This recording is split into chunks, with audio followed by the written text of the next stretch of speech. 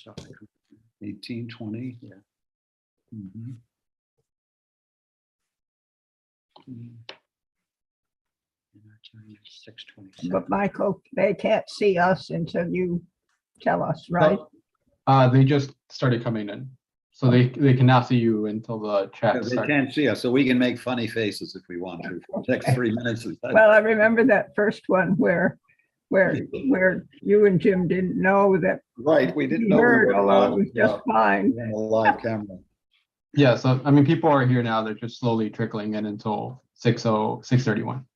Can they hear us? Yes, the people who are joining in, yes. Okay, so I don't want anybody to steal this idea for that movie that we just talked about. Right, yeah. Mhm. No, nobody heard that one.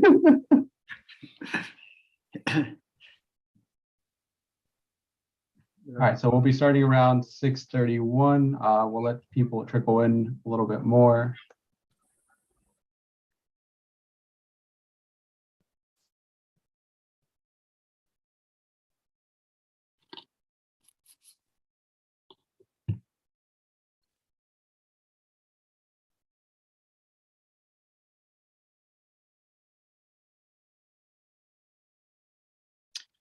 And this goes up on YouTube, Michael, right? Yes, Tomorrow. it's also a live stream on YouTube so that it should be up tomorrow morning. Right. And Rob, I think you know that people can go on our website and hear it from tomorrow on into perpetuity. I'll post on that. Yeah.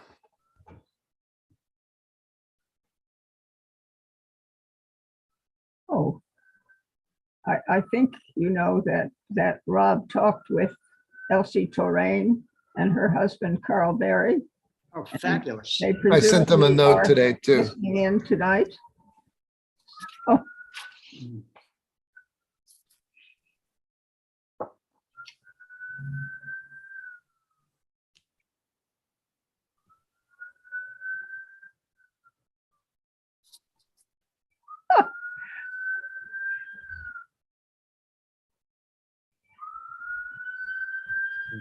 Listening to them.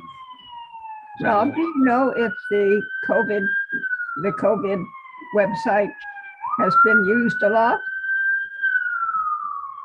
I'm not sure. I'm not sure how to count the number of views there. I mean, I've used it a lot. I've directed people to it. I haven't added to it in a few months, right? I mean, Yeah, I think it's about where it's going to be. but we all had a deadline for getting stuff in. So Yeah, exactly. we didn't collect, we may have collected a little more after that, but I know that some agencies and city government have been doing interviews with their staff, because I knew a guy who applied for a job doing an oral history of the Parks Department during the pandemic. And he didn't get it, but yeah, I mean, he was a very good candidate. But clearly the Parks Department is doing something on this. I tried to find some other interviews in other city agencies, and people did things, but they're a bit haphazard in where they wound up. I'm not sure where to find them, you know. Okay. a I lot think of you're that about to me is ready. haphazard. I think we're all ready to begin.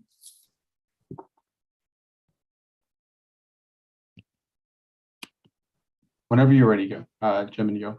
Yep. So let me welcome everyone. My name is Jim Mackin. I'm one of the 10 or so members of the Bloomingdale Neighborhood History Group. And I'm here with one of my fellow members, Gil Tauber. Gil and I are going to do the presentation this evening. But before we do that, we have some really good news. We established an award a few years ago. One of our late members, Jim Terrain, did an incredible amount of research and history to rediscover the history of an African-American community that existed on West 99th and West 99th Street. That's a story unto itself. I'll simply tell you this, though. We've made an award situation in his name. We want to acknowledge him for all time. And so we call it the Terrain Award. And that acknowledges the person or organization that honors the history of the Bloomingdale neighborhood It's named after Jim Terrain, who ensured that the legacy of that old community, with its many talented and accomplished notables who enriched our neighborhood and our history, would not be lost or forgotten. The old community is the African-American neighborhood, as I said, that flourished on West 98th and 99th Street. And we're talking of Billie Holiday and all people that are incredibly well-known but underappreciated. And all of that was destroyed, unfortunately, by urban renewal in 1955. So presenting the Terrain Award this year is another one of our fellow Bloomingdale Neighborhood History Group members, and I'm going to turn it over to her, Wynn Armstrong. Wynn? Thank you. We really are felt, I live in Park West Village, which replaced the buildings and people who lived in the old community at 98th and 99th Street. And I feel like we're the second old community at this point. Anyway, I'm delighted to be to introduce the person that is getting the award this year, Rob Snyder, who you also see. Rob, I think, okay, you're identified. Rob is a teacher, author of 2 books, Crossing Broadway, Washington Heights, and the Promise of New York, and All the Nations Under Heaven, Immigrants, Migrants, and the Making of New York. You see, he is a historian of New York City, and he is now officially the Manhattan Borough historian in the office of Borough President Mark Levine. We in the Bloomingdale Neighborhood History Group have had good contacts with the previous Manhattan Borough historians, Cal Jones, who was in the offices of Ruth Messenger, Virginia Fields, and Scott Stringer, and are delighted to carry on with Rob Snyder. When Rob came on board, Gail Brewer, then the borough president, Manhattan Borough president, had a wonderful gathering that Rob helped put together with people from all over, actually all over New York, not just Manhattan, and then some of people interested in history. And that we had materials and ideas, and if you stood outside, you'd want to go to that party. It was wonderful in terms of the exchange. And I think that's something that Rob will say something more about, not the party, but the process of putting people in touch and recognizing that they're making history as they live.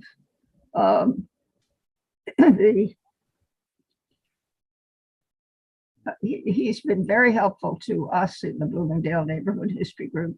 We go from 96th to 110th and from Central Park West to the river, but borderlines are not, history isn't a borderline, so neither are we. And let me give you a couple of examples of how, in fact, he's helped with the outreach and the contacts and the resources. He and others have started a COVID-19 photo and resource project, so that we wouldn't be looking at that just from the past. We would be looking at it as it went along. And the Bloomingdale Neighborhood History Group, and particularly Lee Wallace and other of our members who may be here, helped put that together. And that's part of a much larger collection. Michael, would you put the link to the wider collection up on the chat? Thank you. Then Jim Mackin's book on notables of Manhattan's Upper West Side, which some of you hopefully have seen or read or bought. Michael, would you show an example of the book? Or Jim, you may have it right at hand too. Good. Anyway, Rob helped Jim with that book as well, I believe. And then Gil Tauber, who is another one of our speakers who we see on the thing, has done a wonderful building database of the Bloomingdale area. that you can also see on our website, upperwestsidehistory.org. Fantastic. Anyway, so I want to say thank you for both your broader work, your back work, your past, your present, and your future work, and just show the group the award. Hang on, let me grab it.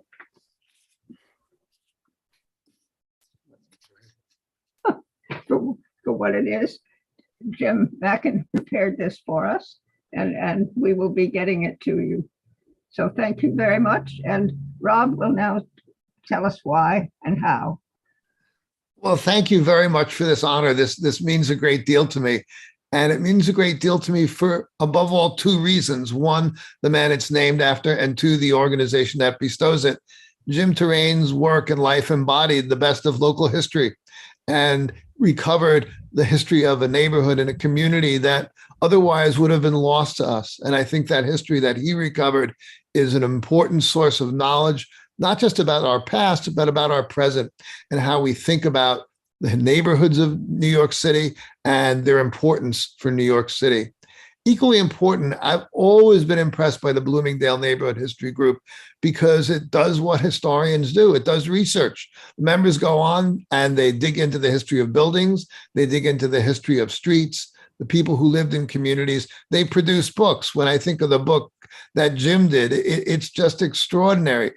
The range of people that he found living in the upper West Side.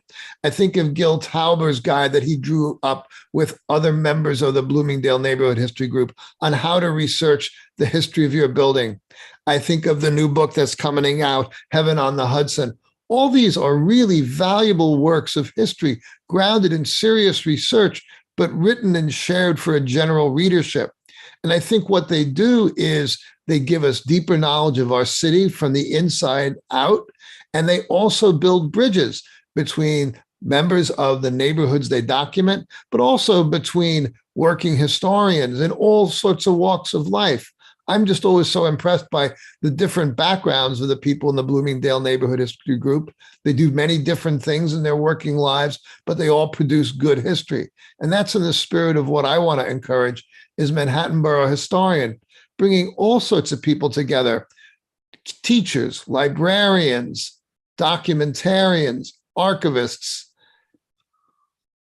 history professors, museum curators, neighborhood residents, so that we can learn from each other. I've learned a great deal working with Gil on the guide on how to research a neighborhood and how to research a building.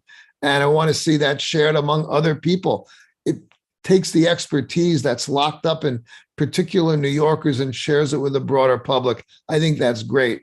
We had hoped to have a Manhattan history workshop back in March or April of 2020. That was a casualty of COVID, but as we hope the pandemic becomes a part of our history and we can gather together in large groups in the public, I want to revive that idea and have a Manhattan history workshop where we can gather together in person as, living, breathing people in each other's presence. I'm working hard now on a documentary history of the pandemic in New York City. It's drawing on oral histories, first-person narratives, photography, and other work done by different oral history projects all around our city, from the Columbia Oral History Project in Manhattan to Brooklyn College to Queens Memory to Fordham University to neighborhood photographers and members of the Bloomingdale Neighborhood History Group. I'll be pulling all that together in the coming months. I hope to have it out in about a year or two. And in that way, enrich the dialogue about our past, about our present, so that we can learn something from this episode that we've been through, so that it better informs us as we move into the future. I want to thank you for all the work that you've done in the Bloomingdale Neighborhood History Group, each and every one of you, and just tell you again how honored I am to receive this award. That's wonderful. Thank you so much, Rob. We really appreciate that. You're more than inspirational to all of us personally and as a group. Thank you. So at this point, Gil and I are going to do the presentation for this evening. Again, I'm Jim Mackin. This is Gil Tauber. Another one of our members, and you've met Wynn Armstrong, one of our esteemed members, another one of our members, Pam Tice, reminded us that back in 2008, we were fortunate enough to have Kevin Bone talk about his recent book about underground waters. And he did a presentation that would probably be comparable to what we're going to do this evening. So that I just thought that was kind of interesting. And at the risk of But that was a few years ago. 2008. Yeah, right, okay. And Rob was good enough to mention this book, Stephanie Azzarone. She's another member of our group who's done local history. This will now be the new comprehensive history of Riverside Drive, Riverside Park. So there's a lot happening. And if we didn't mention it already, this will be on YouTube probably as of tomorrow. So if any of your friends missed this, they can find us tomorrow on doing this. So I'm going to start to share my screen. Do we spotlight you now at this point? Me? No. I mean, Oh. okay. No, we're going to go to, bear with me 1 second as we just No. transfer screens here.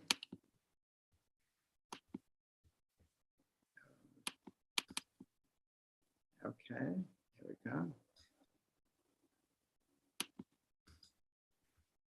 All right, we're getting close. Oh, here we go. All right, yeah. So to get into some nitty gritty detail in our immediate neighborhood, we call it Bloomingdale. Wynn alluded to it a little bit, West 90s, 100s, 110, a large area historically was called Bloomingdale. And we find it a nice poetic way and historical way of talking about our neighborhood. But to get us into the nitty gritty detail in our neighborhood, Gil's going to recount a little bit of history as to what gets us there.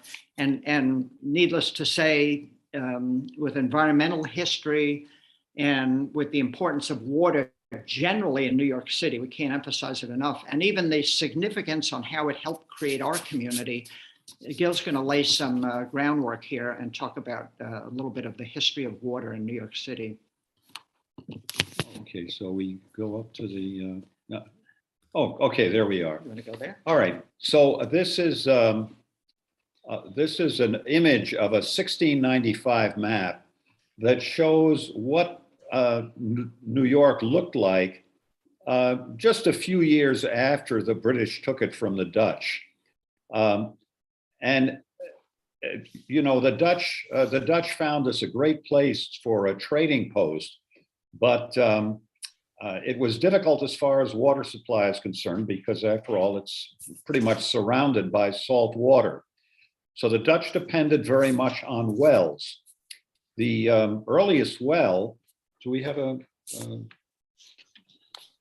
Is that what you wanted? No, I mean, I wanted to point, do we have a Oh, sure. oh, it's, okay, Yeah, thanks. you know how to do it. All right. So the earliest well was probably drilled by the Dutch inside their fort. And then as time went on, additional wells were drilled or dug in various streets. And this map is interesting in that it shows the locations of these wells as of, you know, this probably the 1680s, because the map was drawn a little bit afterward. And you could see these little dots in the middle of the street here. Those are the wells. They weren't built or dug by the city itself, but groups of householders were given permission by the city to dig wells.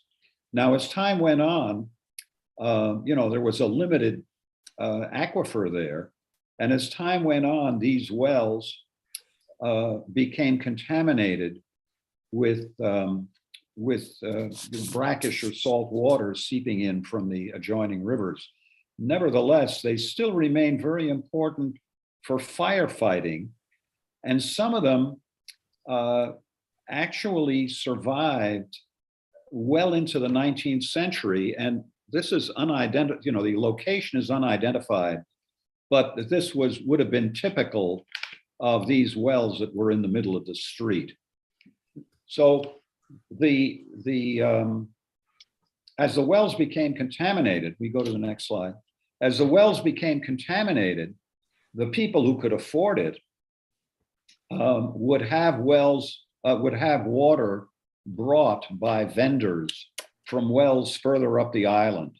And the best known of these wells was called the tea water pump. And vendors, guys who were in the business of taking water from this pump and maybe some others further up, and then bringing it down to householders in the lower city and selling it by the cask or the pail or whatever. So that tea water pump itself eventually became contaminated, and then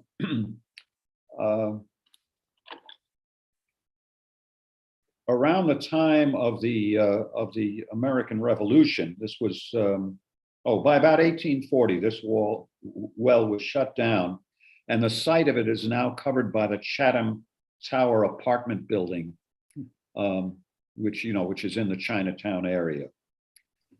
So next. Okay, here's a picture of Christopher Collis, a man who should be better known, I think. Following Britain's victory in the French and Indian War, so this was still in colonial times, the city had a surge of growth, and the city fathers sought ways to increase the city's water supply. Two members of the Van Cortlandt family had a piece of land near Chambers Street that looked good as a site for a well. They sold it to the city, and the city hired this engineer, Christopher Collis, to design and superintend the construction of a well, a reservoir, pumping station, and so forth. And to finance the project, this was very interesting, the city issued its own paper money. At the time, there was kind of at the time, there was a shortage of coins or, small money in the city. And so this was actually kind of welcome. We're having trouble with that move. Yeah, just trying to move it down. Yeah. Okay, we're having a little bit of trouble with a move here. Try clicking on the arrows on the bottom, see if that works. Oh, okay. Thanks, Michael. There we go. Okay, so the city issued its own money. This was a 4-shilling piece. This was under the British. They were still using, British denominations. And interestingly, it's signed by a Mr. Bayard and a Mr. De Peyster, two of the best known family names in the city's history. Next slide is another one of these pieces of paper money, and it actually shows some of the machinery of Collis's waterworks.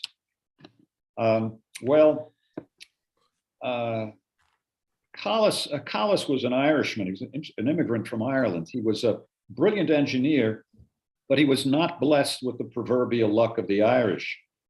By early 1776, he constructed a reservoir, dug a well 30 feet in diameter, put up a pumping station, a reservoir, and then the Revolutionary War broke out.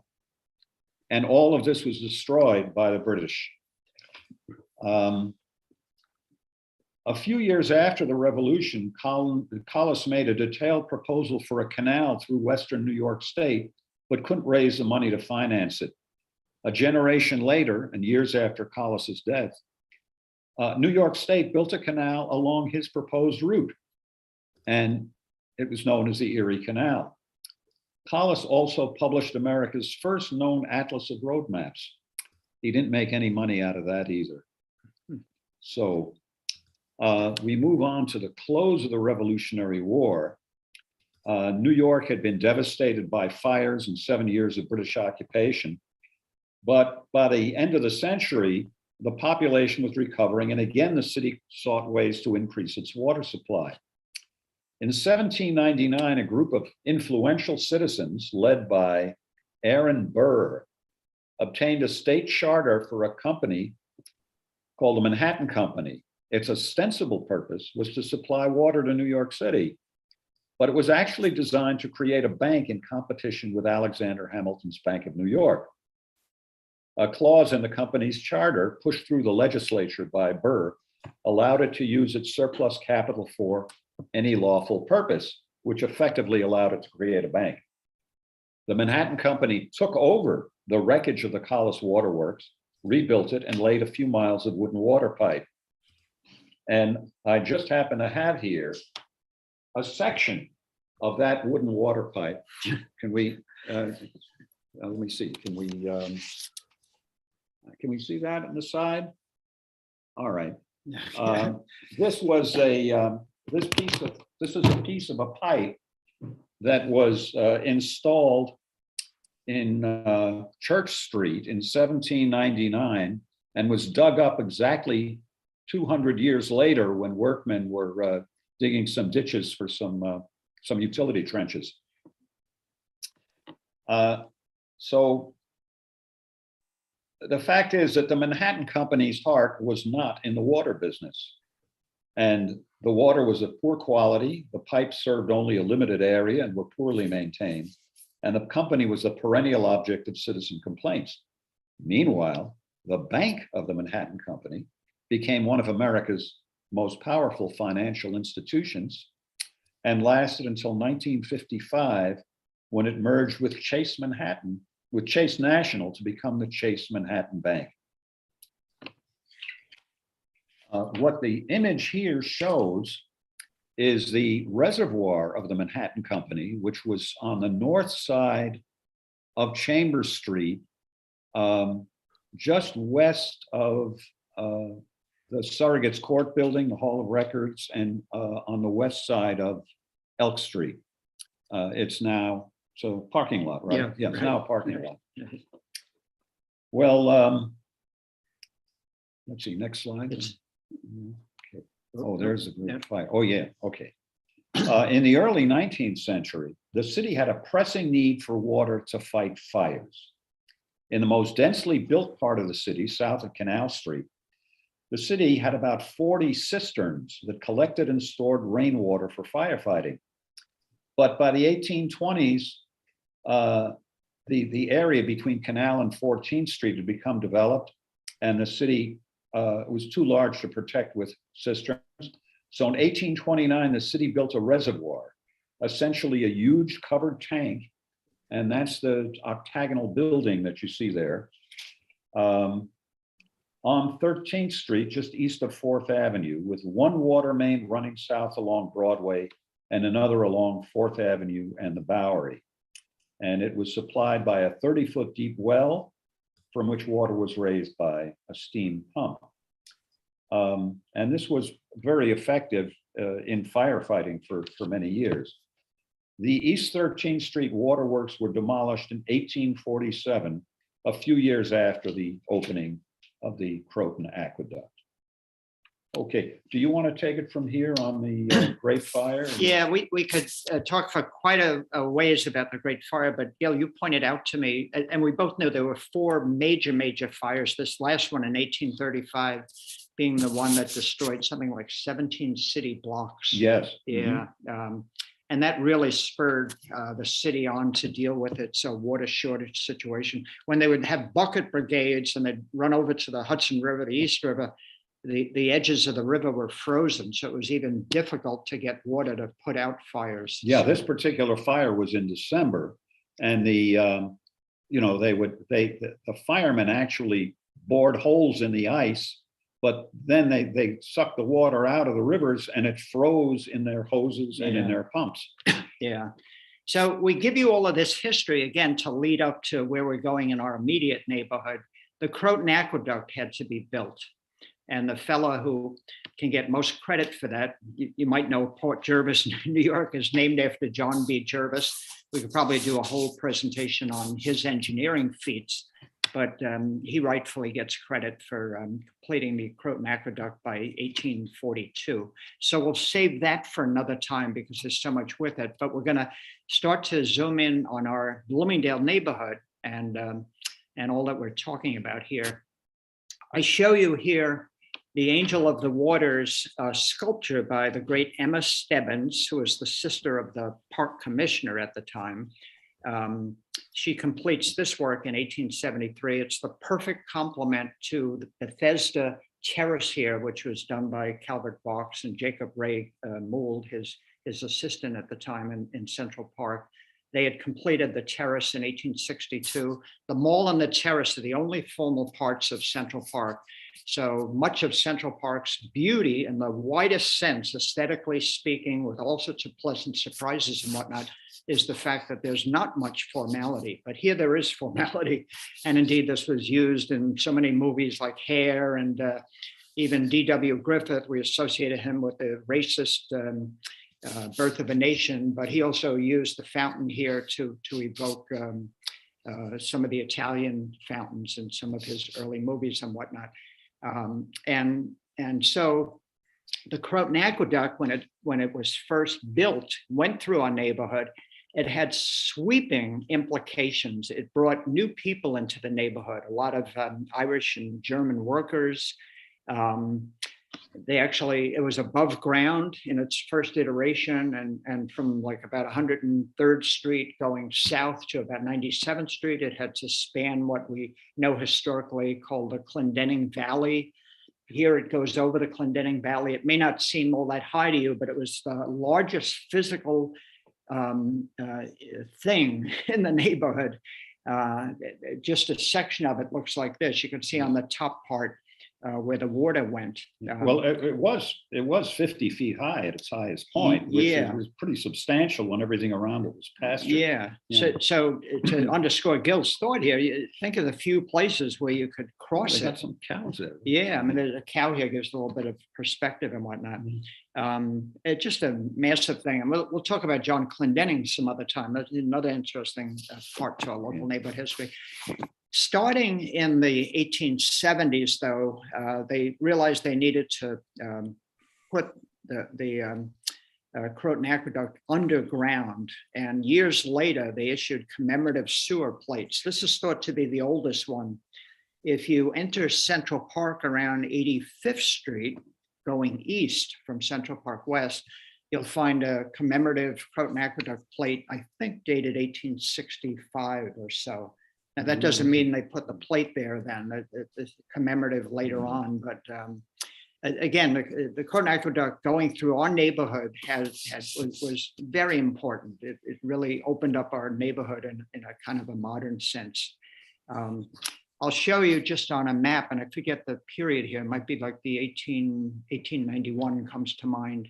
It came down underneath Amsterdam Avenue, and then at about 107th Street started veering east, and then went parallel to Columbus Avenue all the way down to about 90th Street, and then veered into Central Park, where there was an earlier reservoir. If you wait for tickets for Shakespeare in the Park, you'll see some historic signage there for the southwest corner of that early reservoir, which is no longer there. If you walk across town on 86th Street in the vehicular thoroughfare, you'll see sections of that reservoir. It's now it's the Great Lawn, isn't it? Yeah, right in the Great Lawn, again, where you wait to get into Shakespeare in the Park. I zoom in on just a part of the map to show you over here where it says Water Department. This is between 97th and 98th Street. And what was there? Why does it say Water Department? Well, what was there, I'll zoom in a little bit more. Here it is again. What was there was the next largest feature of our neighborhood, which was this water tower that was built in 1879, 173 feet tall. I believe that was taller at the time than the campaniles that came in 1891 for both St. Michael's and for West End Collegiate Church. But anyhow, most of us know these parts of the Croton Aqueduct. This is an access house with a little bit of pumping in its day at 119th Street in Amsterdam. Now there's a garden there that some local school kids are involved with. There was another access point at 113th Street. This got designed into the healthcare facility just on the south side of it. but the building is still there. And I might add, underneath Amsterdam Avenue in this section runs water tunnel number 3, which is the modern iteration of water supply for New York City. And so the old Croton Aqueduct, which is still underground underneath Amsterdam Avenue, and then follow that map I showed you, that's still there. So that, you know, but anyhow, there's the water tower again. And now I'll tell you a little bit about, we call it Vieli, is that how we pronounce it? Vieli. Vieli, Vieli. yeah, General Lakeberg. You want to tell them a little bit of background about him? I could add a few details. Yeah, well, Vieli was an interesting guy. Well, first, just let's say what this map is. Yeah, It was published in 1865 by Egbert L. Vieli. And and what the L stands for? Ludovicus. Okay, that's why I trouble you. All right. Ludovicus. Yeah. He was born in upstate New York. His mother was a Knickerbocker. I Yeah, mean, the that's actual right. family Yeah, name was Knickerbocker. Yeah. And he went to West Point. And as a young officer in the Mexican War, he was very dismayed to observe that more of his troops died from disease than died in combat. And this led to a lifelong interest in sanitation and in water supply. And after he left the Army, he became a civil engineer. In the 1850s, he was the chief engineer of Central Park. In effect, he was, at least at the beginning, he was Frederick Law Olmsted's boss. And in a way, in some ensuing years, he was Frederick Law Olmsted's rival. But that's another story. During the Civil War, he went back into the Army and rose to brigadier general. And when he came out again, he again became a consulting engineer. And it was at that point that he did this map, which was for some civic committee that was concerned with the connection between poor quality water and the huge incidence of disease in the more crowded sections of the city. This map, on this map, what he does is he shows the filled in areas around the edges of lower Manhattan. And then he shows the original water bodies and watercourses, and overlaid on them is the grid plan of the city as far as it went at that time. 150th. Yeah, 155th, right. Right. This map is still used today by engineers to determine where construction projects are likely to be affected by underground streams and problematic soil conditions. So notice this map does not show the present line of Broadway or Riverside Park or Riverside Drive or Morningside Park. All those things came later. Do we have a close-up of? Yeah, before we do that, I'm just going to add 2 or 3 little tidbits about the alley. First of all, if you want to read more about him, because he had a mansion on Riverside Drive, you could read Stephanie Azzarone's book. Again, she's another member of our Bloomingdale Neighborhood History Group. She has some nice write-up there. He's also given credit for taking stuff out of Central Park when they created the ponds and lakes and filling in the nooks and crannies to enable the very construction of Riverside Drive. And Riverside Drive is one of the world's great thoroughfares. It undulates, it curves, it's got rare elm trees, et cetera, et cetera, et cetera. Another thing about Vieli, his grave in West Point Cemetery is the largest grave in the shape of a. It's a mausoleum, really. It's a mausoleum. Yeah. Look, it's a pyramid shape. And has a very special equipment. Yeah. But Gil's getting us to the point we're going to fully appreciate with the detail on a map like this. And here's where we'll go into a little bit of detail. Okay. Yeah. So you'll notice that in the latitude of Central Park, which doesn't, let's see, Central, where are we here? Down here. Yeah, well, okay, that's down at the bottom. Yeah, his 110. Yeah, but in this latitude, in the Bloomingdale area, basically, most of the drainage is toward the East River. On the west side, the most prominent drainage is toward the little cove at 96th Street, long known as Stryker's Bay. Do we have that? Yeah, there's Stryker's Bay there. Right. And another substantial stream rises near Amsterdam Avenue and flows into the Hudson at 79th Street.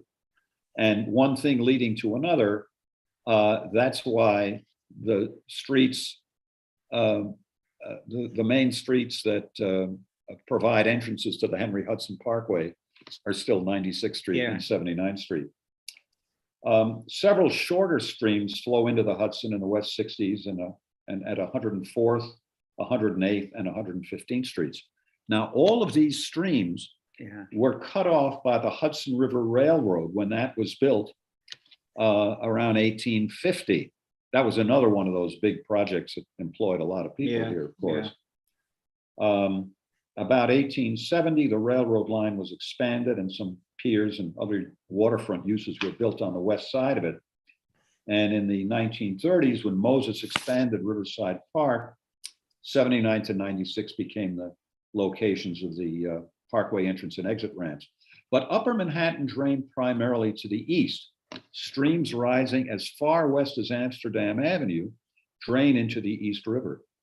Now, notice particularly the chain of water bodies running from Manhattanville, get an arrow up there? Yeah, Manhattanville, eastward nearly to Fifth Avenue, then south into Central Park, and then to the East River via Harlem Creek. In the 1820s, as the Erie Canal neared completion, a company was chartered to build a canal across Manhattan using this route to connect the Hudson River to the East River. It's interesting to speculate what would have happened if this project had gotten very far, but it ran out of money. And then just a few years later, the canal boom fizzled and we entered the age of railroads with the construction of the New York and Harlem Railroad. Now, a generation later, the hydrology of Upper Manhattan was vastly altered by the cutting through and grading new streets and the completion of Central Park. Most of the surface streams were directed into sewers or simply buried, although they did not always stay buried. North of Central Park, this Montaigne's Brook disappeared.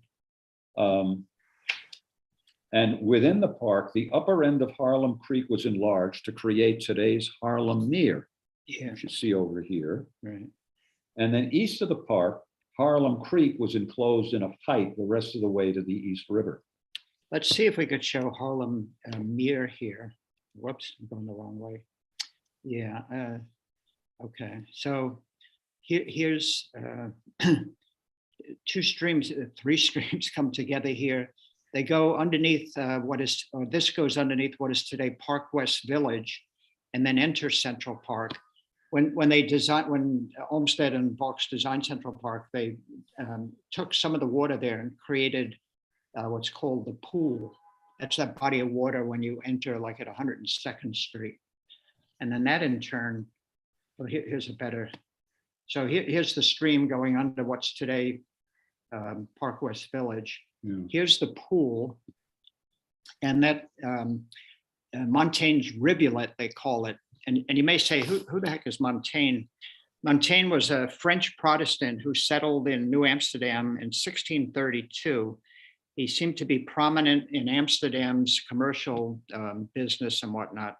And he was a doctor, and over the decades, his name was corrupted into Montaigne. It was previously spelt with a de la, French exactly. version, spelling, and I think we have an image. Here's, I think many people have probably seen this. If you walk into the park from Central Park West to 102nd Street, you'll go over this, the Glen Span Arch. And if you ever have occasion to go down there, it's impressive how many tourists are coming into this part of the park, which is delightfully intricate.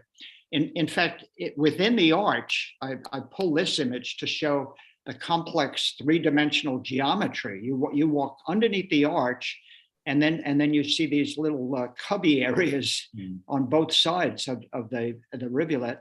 They both in turn continue northeast into what becomes the Harlem Mere. And we show this image because this is the image that's showing the new recreation of the Lasker Rink pool area, which is here.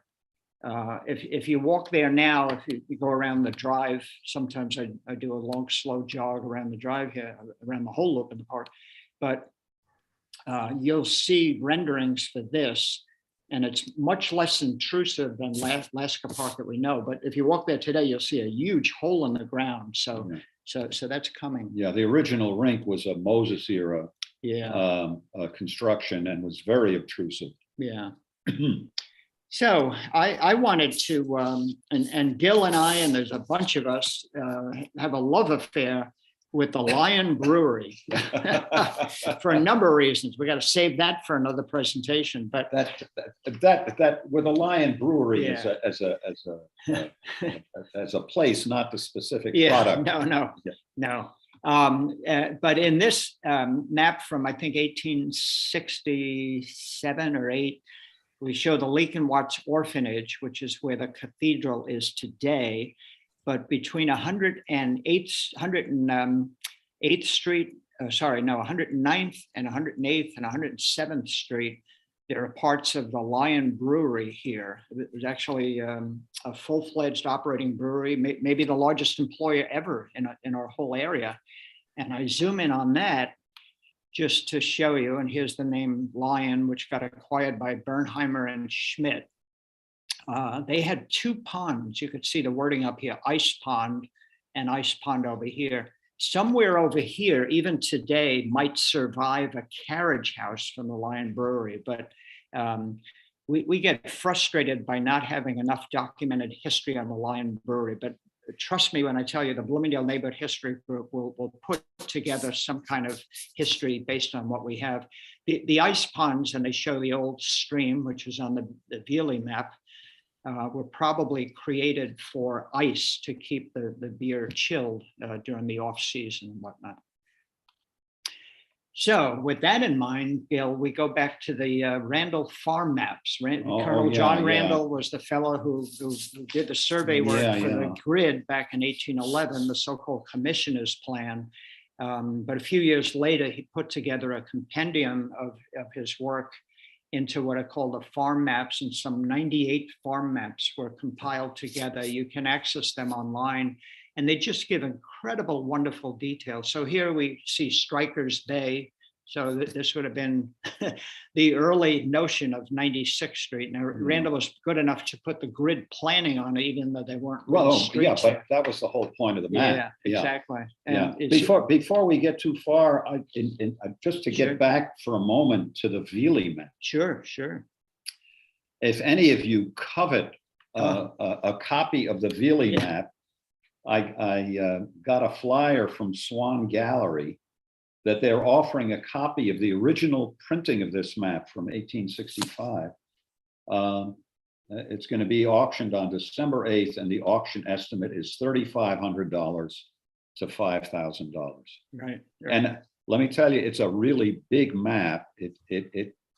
It's longer than most sofas. Yeah. If that's what you're looking for, right? I know.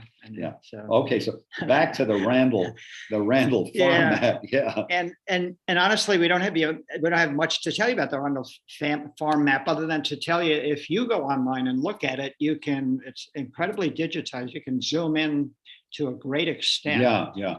I mean, you can see, for example, do we have, right over here. Do you want to put the arrow on that pond?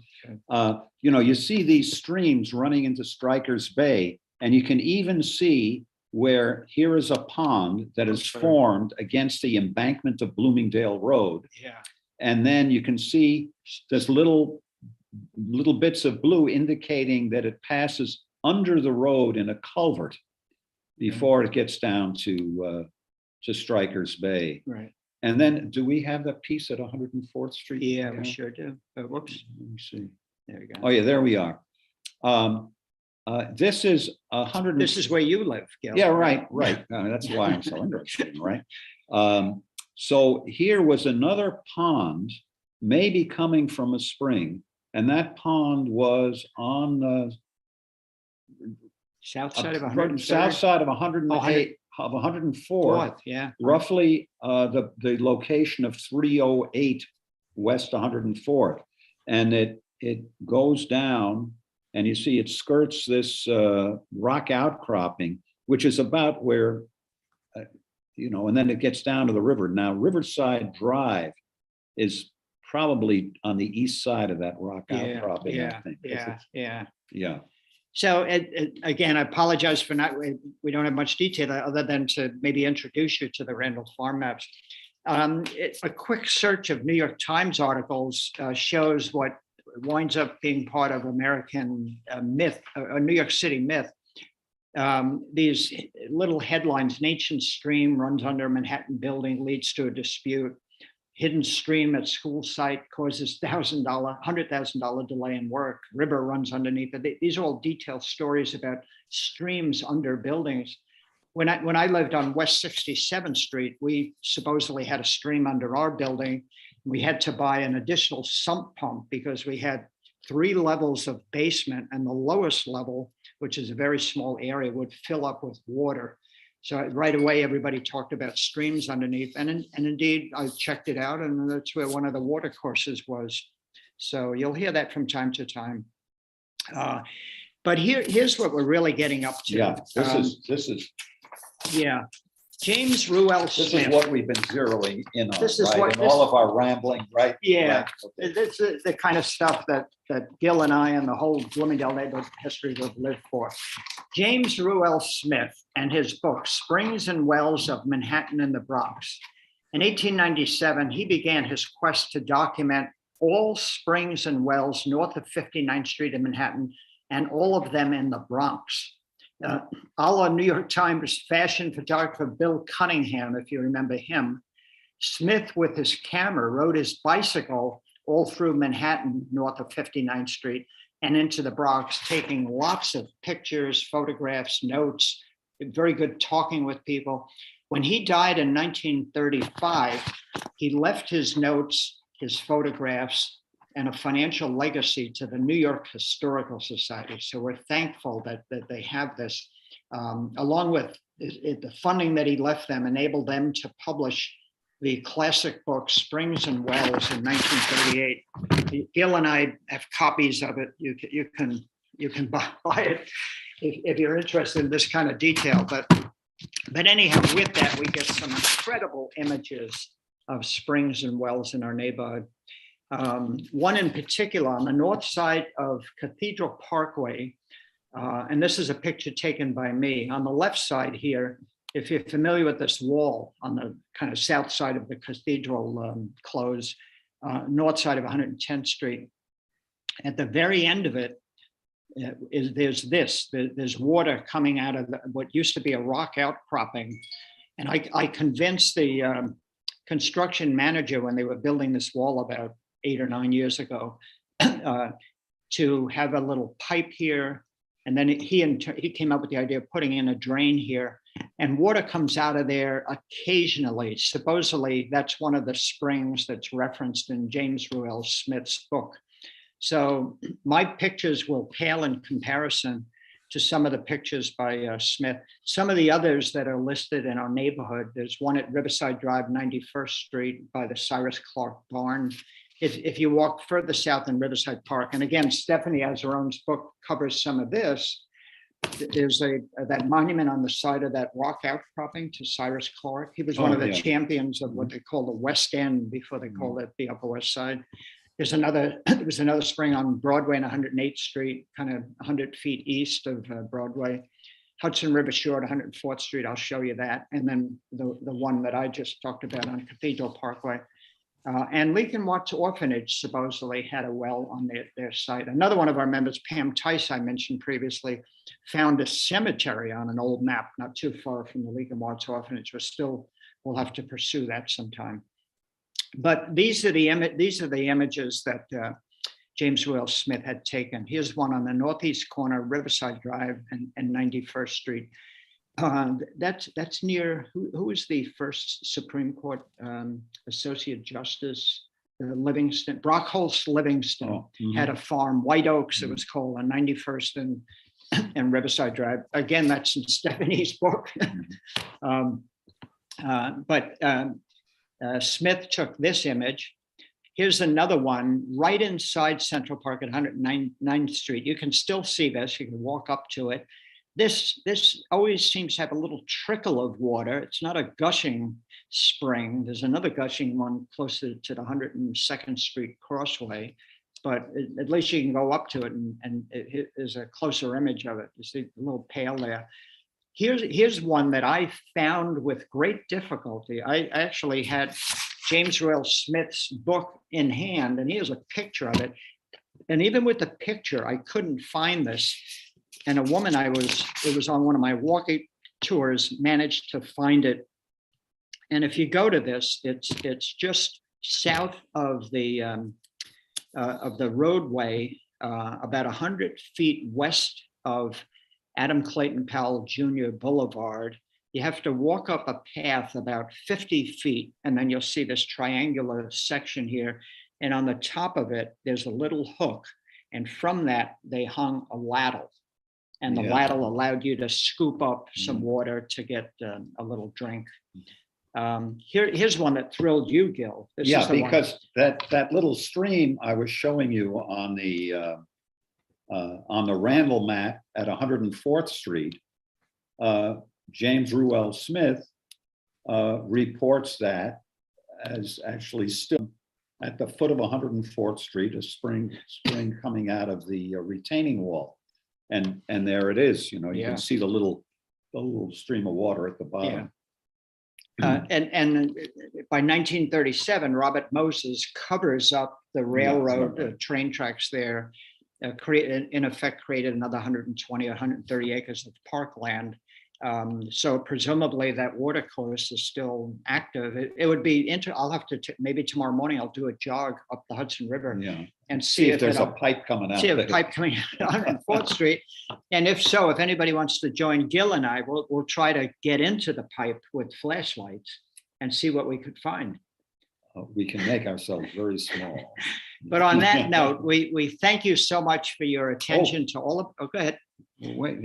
Yeah. Hey, that's a great picture over there. That's another one of those wells. Another one of those wells that survived at least into the period of being able to photograph. And these other images, I think, just more modern uses. We all used to spray the fire hydrants, and I'm not sure when the first park in New York City was down at East Broadway by Essex Street. The first of the modern park movement. Seward Park. Seward Park, right on that corner there. And then on the upper right hand here, I just always love to show old images of our Strauss Park.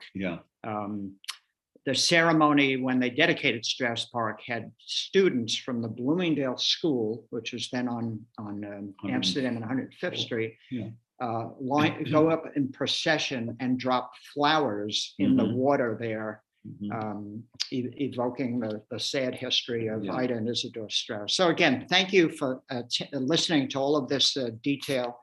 And we have some other presentations coming up during the rest of the year, including our own Stephanie as her own is going to talk about her book, I think in November. I forget the exact date, but that should be quite good. So Michael, I'm going to stop screen sharing. All right, thank you for the presentation, Jim and Gil. It's really good. Thank you. I've always been fascinated by the underwater waterways in the neighborhood. So I was looking forward to this one. So a few questions that came up throughout the presentation, and to anyone else, feel free to ask questions going forward. Early on, it's more about the regarding the fire. Do you know when fire insurance companies started setting up their fire companies to put out buildings? When they first set up the firefighting companies.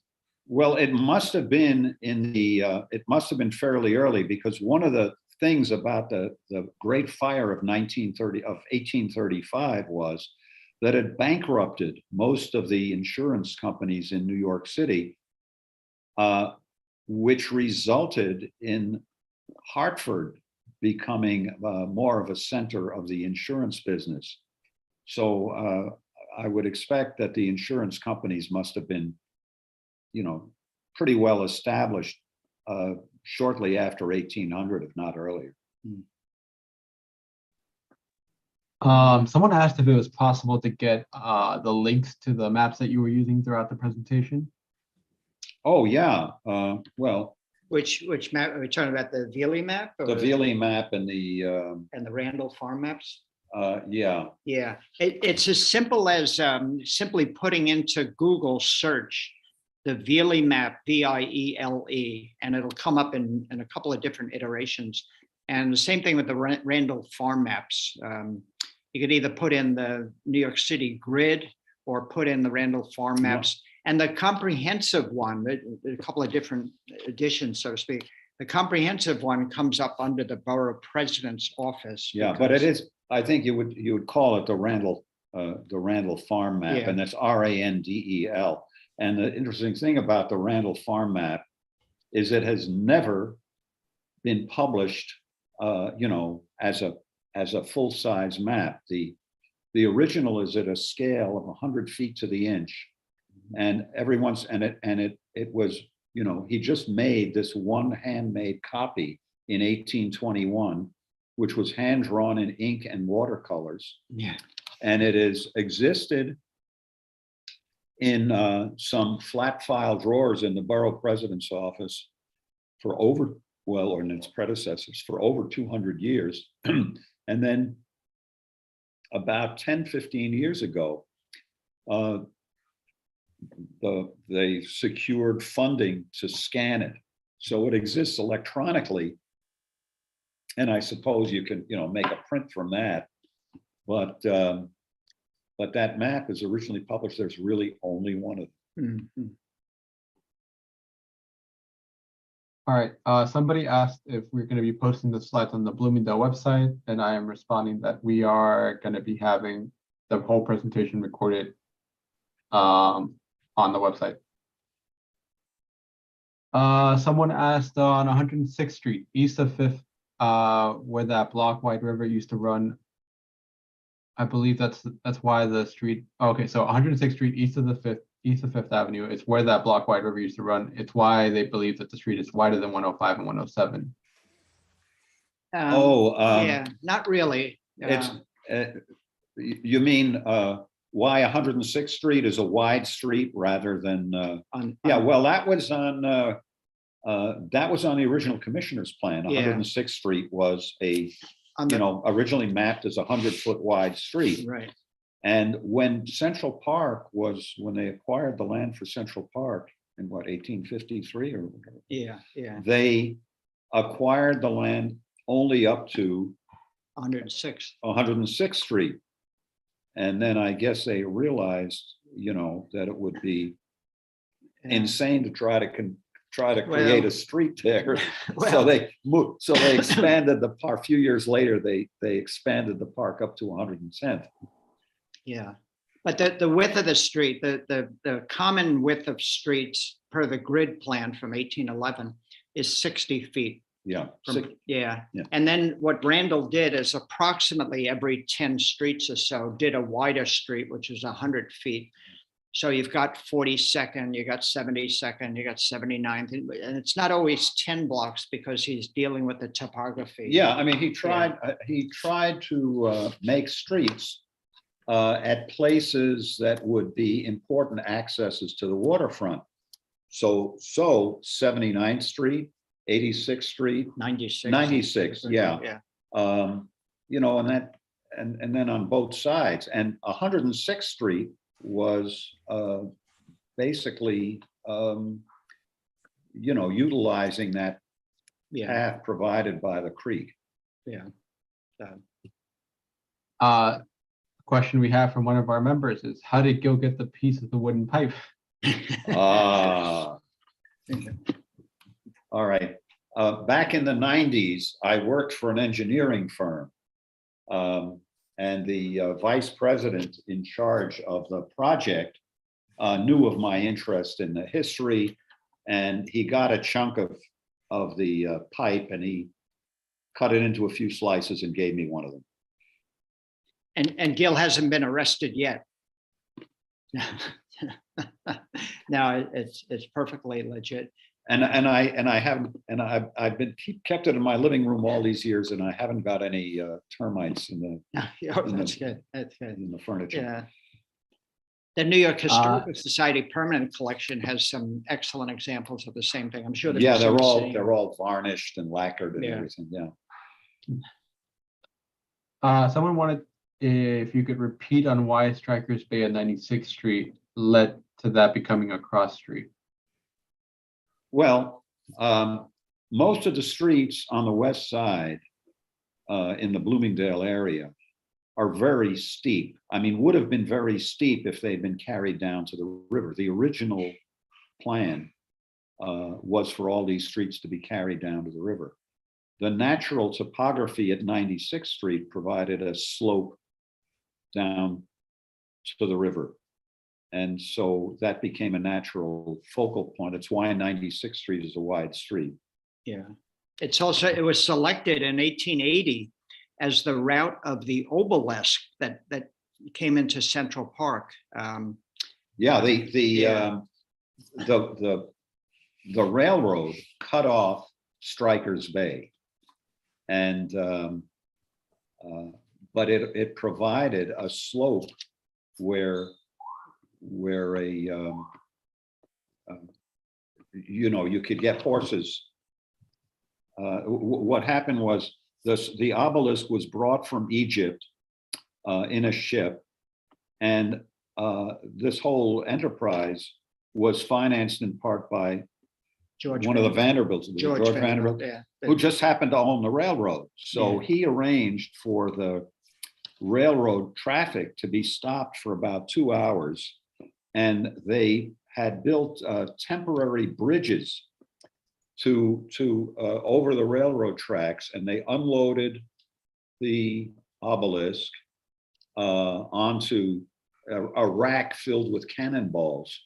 And in that way, they dragged it across the tracks and up the 96th Street hill.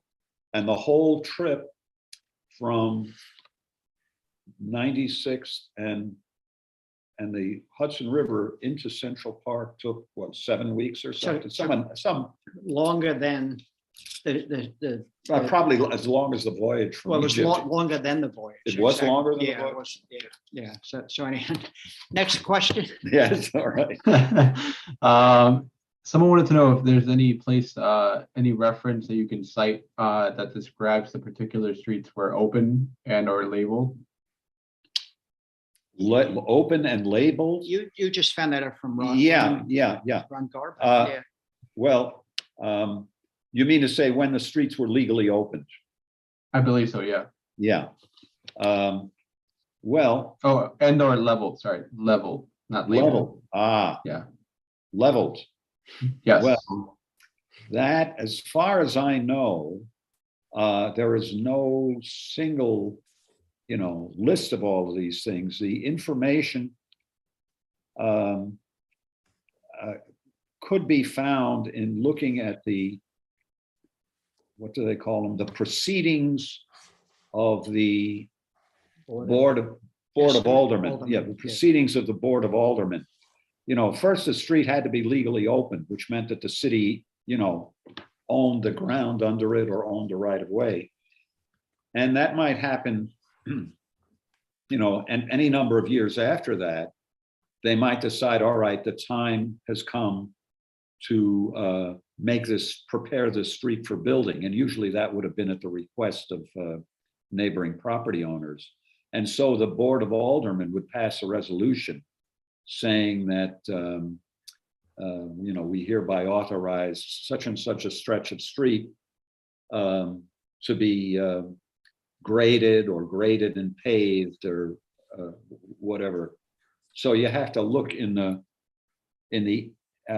indexes of the annual proceedings of the Board of Aldermen. And some of it might also be in the city record, but the indexing of that is not very good. Yeah. It's tedious. We have a hand raised from Peter Arnton. I'll let him talk and ask a question, I think. Peter, you should be able to. Peter, we're getting a wonderful reverb here.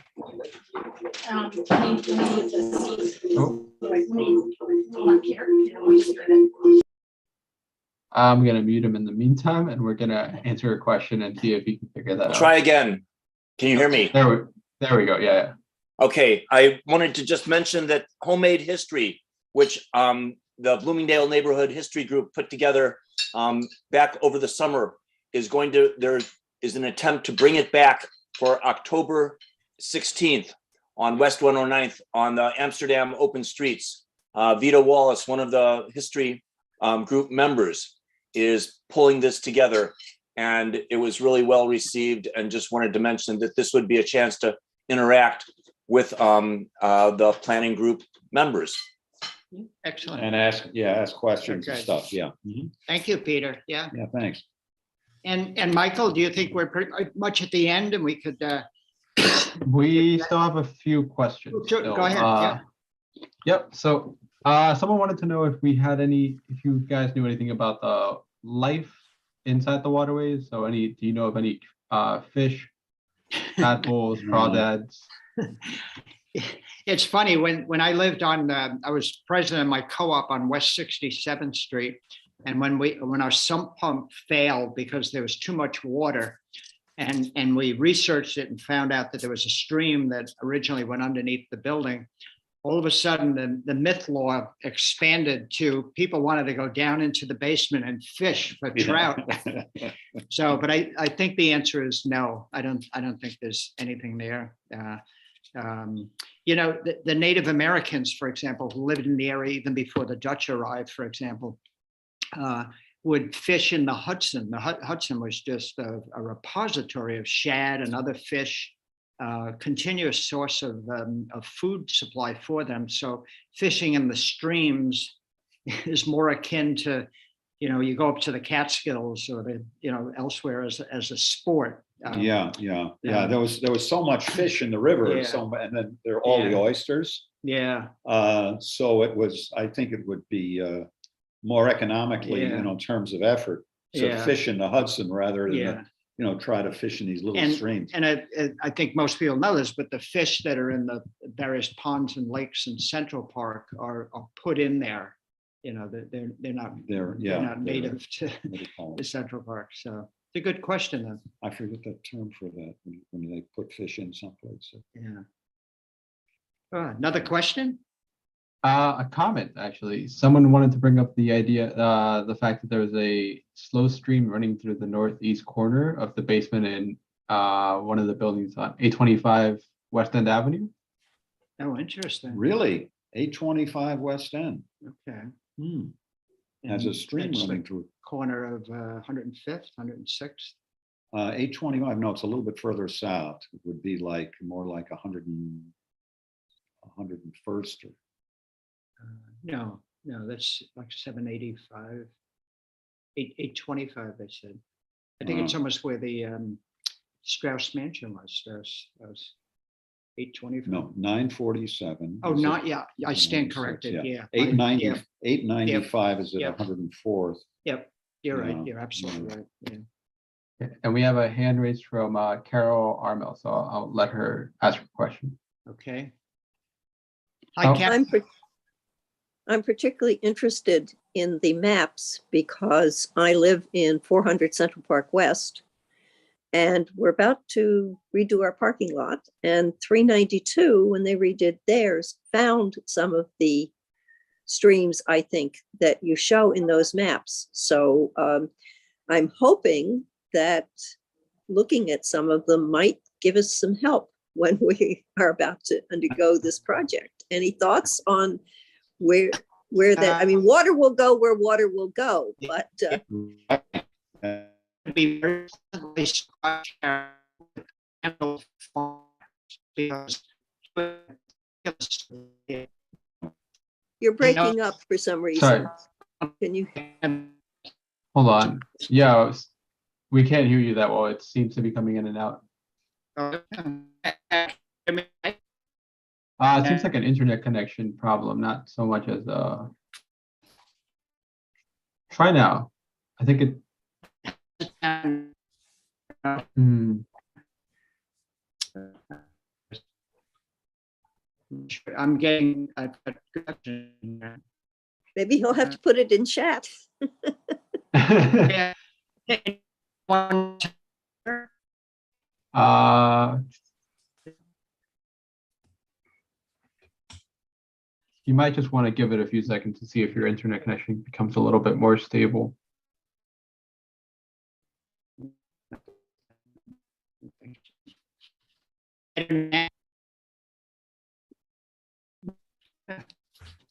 I just caught the end of that, but not the entire thing. Give me 1 second. Okay. I'm gonna call Gil and see if I can, or Jim. Okay.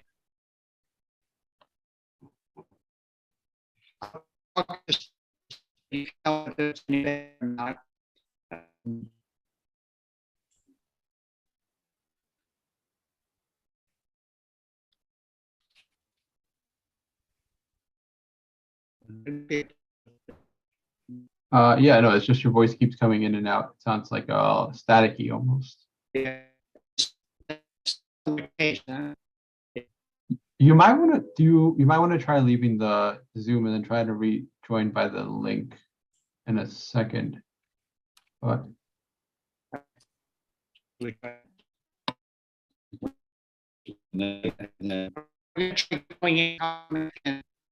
the other option would be to switch over to phone audio, but that's you'd have to call in.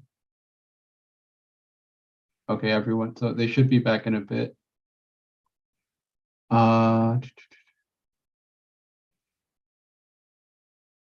Yeah, and in case so Carol, in case you need the recording, it should be up tomorrow. And I think they mentioned the names of the maps that they were using for the presentation. Yeah, that would be very helpful. And I know Wynn Armstrong, so she can get me names and addresses also and get them to our building manager. So thank you. No worries.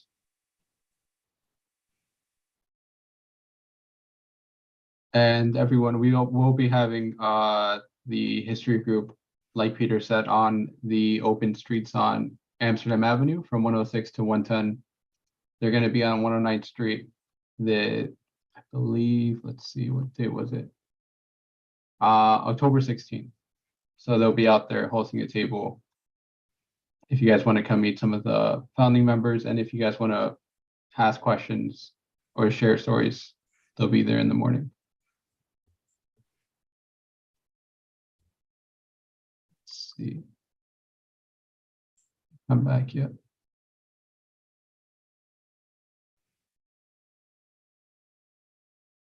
Let me send them a link just so they can join back quicker.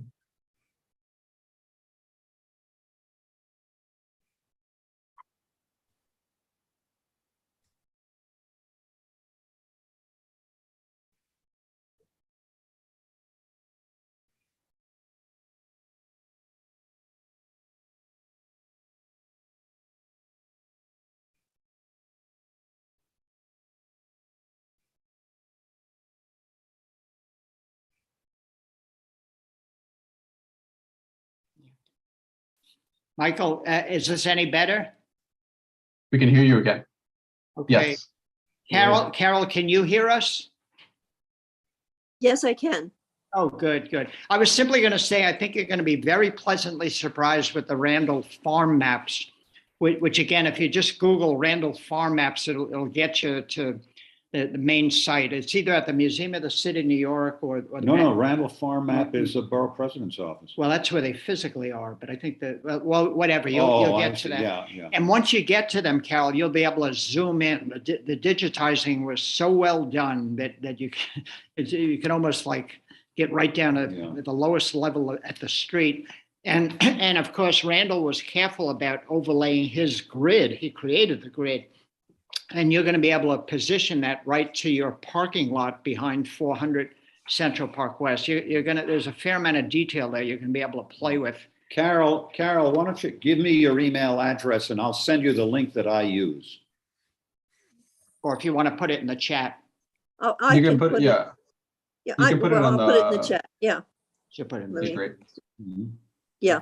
Thank you so, so much, you. because of And- course, it's always nice to know where the stream is running before we break ground. Exactly, exactly. Yeah, yeah.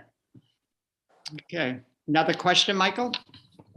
Yeah, so actually another comment about the New York Historical Society had a special exhibit on the beer a couple of years ago. Oh, yeah. Oh, yes, Yep, yes. yep. Remember that. And that featured a painting on loan from the Museum of the City of New York about with the ice pond and the Lion Brewery from Yeah. 1875. Oh, interesting. Wow. Yeah, I know of one image, but it's a painting of the Lion Brewery. If we ever get around to doing a presentation on that, we'll pull up some of that stuff. And of course, in our neighborhood, we had a number of famous brewers. We had Peter Culture, Dolger, yeah. and the Bush family owned that site on the northwest corner of Broadway and 97th Street. So, I'll Yeah. send it to you guys in an email as well. so. okay, okay. I'm glad somebody remembered that. That's great. Let me see that. And then can you clarify a little bit of what you mean when you say regulate the street? Oh, regulate. Well, you know, when you're going to create a street, you have to make sure that the water will drain properly. And so you have to establish an elevation for both ends of the street and at any point along the street where the slope changes. So if you look at the Randall map, you'll see that he has at the corner of each block, that is at each intersection, there's an elevation for that intersection.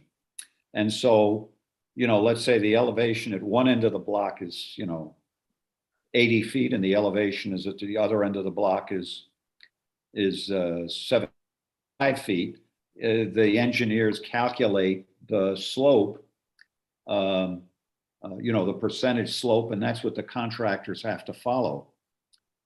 And you know, they have to adjust the slopes of the street so that, you know, one downhill street meets another downhill street, and if there's some change, like there's a low point in the middle of the block, they have to put a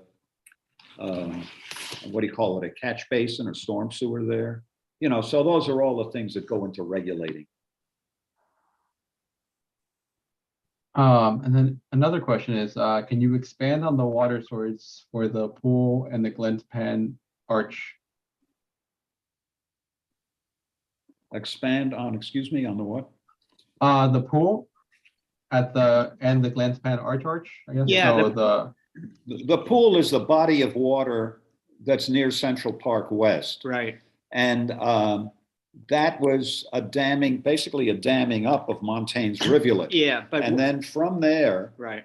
you know, runs- what was the stream runs into what's known as the lock, you know, Right. this sort of stream valley Right. For, that goes northeast right. and winds up In just Harlem, yeah. winds Yeah. up just behind the Lasker Lasker rink. Right. And I guess it passes under the Lasker Yeah. rink Yeah. in a pipe. Yeah. But it's what feeds the Harlem Mere. Yeah. Yeah. I forget where I read this. It might have been in Sarah Cedar Miller's new book about early pre-Central Park, you know, her book earlier this year. But the pond, when you enter Central Park West at 102nd Street, or if you come from the south end at I guess 100th Street, that's still fed by Montaigne's rivulet underwater, underground. I've read that. At least in part. They may have Yeah. to, you know, Supplement it, but yeah, supplement it with city But water. to underscore that's the only natural stream in all of Central Park that was pretty much kept in its original condition, at least where it goes from that Glen Span arch onto the Lasker rink. So it's significant in that sense, and they've spruced it up quite a bit so that it's a tourist wonder. I'm sure it's good for birding. Yeah, I mean, you see a lot of birders Yeah. in there, and you also can occasionally see people in wheelchairs there, because Yeah. one of the points of it was to make that path Yeah, which is one of the most beautiful places in the park, to Yeah. make that path accessible. yeah. There's another spring too that feeds that lock area, and that's, where the ball fields are Yeah, on the south side of the 102nd Street Crossway. yeah. There's a spring there that spews water constantly, and it runs under the 102nd Street. It's a Calvert arch, Yeah, and then goes into the lock area. So that's one of the most active springs in the park. Different from, what's the one down around 82nd Street, the Tanner's the Spring? Tanner Spring. That one's kind of on and off, and it's very Well, weak. it's basically, there's Yeah. a little puddle there, yeah, Puddle, right. yeah. You're being very kind. Yeah. Mhm. Do you know if the water in the streams were being used before for either drinking or sewage? In the streams? Yeah, I don't think for I don't think so. sewage, No, no. I- I mean, there weren't enough people there to make it No, and- worthwhile to build a sewer.